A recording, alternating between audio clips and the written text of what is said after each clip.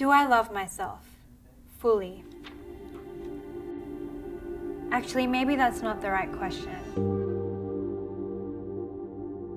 Maybe the right question is, when did I stop loving myself at all?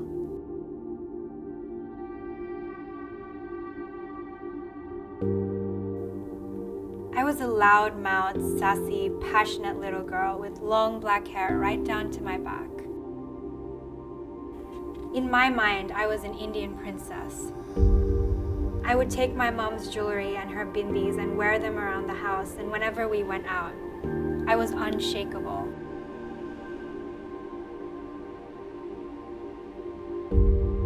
But as I grew older, my mom started to worry about the way I was. She worried I'd be seen as different, treated different. And I didn't get it until one day I heard the word brown being hissed into my ear on the train. But what I was trying to say is that I've definitely made a lot of progress in the last few years in terms of finding my own sense of validation and self-worth. Summertime at high school was all about exams and school photos. When the school photos came out, an entire day was spent ranking each girl from least to most beautiful. I remember never saying a word that day, but deep inside, wishing I was someone different. I was the girl with the extra long skirt, the shirt buttoned all the way up to the top of her neck, the long black hair she never cut. The girl who started eating her feelings. A bit too brown, a bit too fat, a bit too Indian, not quite right. When did I stop loving myself? Not when any of these things happened, but in that single moment, sitting in maths class in the afternoon when I decided that they were right.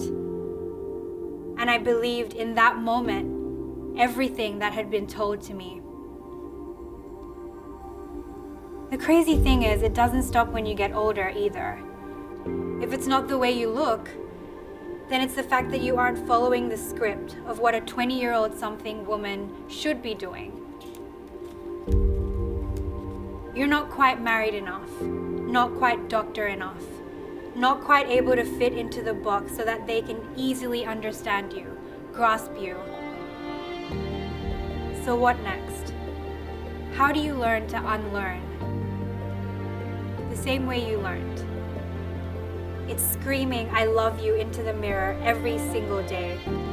It's forcing yourself to wear that sleeveless t-shirt that you're convinced your arms look terrible in. It's meditating until bliss pours out of your cells. It's accepting it all. It's accepting it all. It's never judging it all. It's finding and holding your pain in your arms while it wails. It's forgiving and forgiving and forgiving until your tears have run long enough. Until one day, behind all that work, your little princess emerges again. Do I love myself fully? I don't know.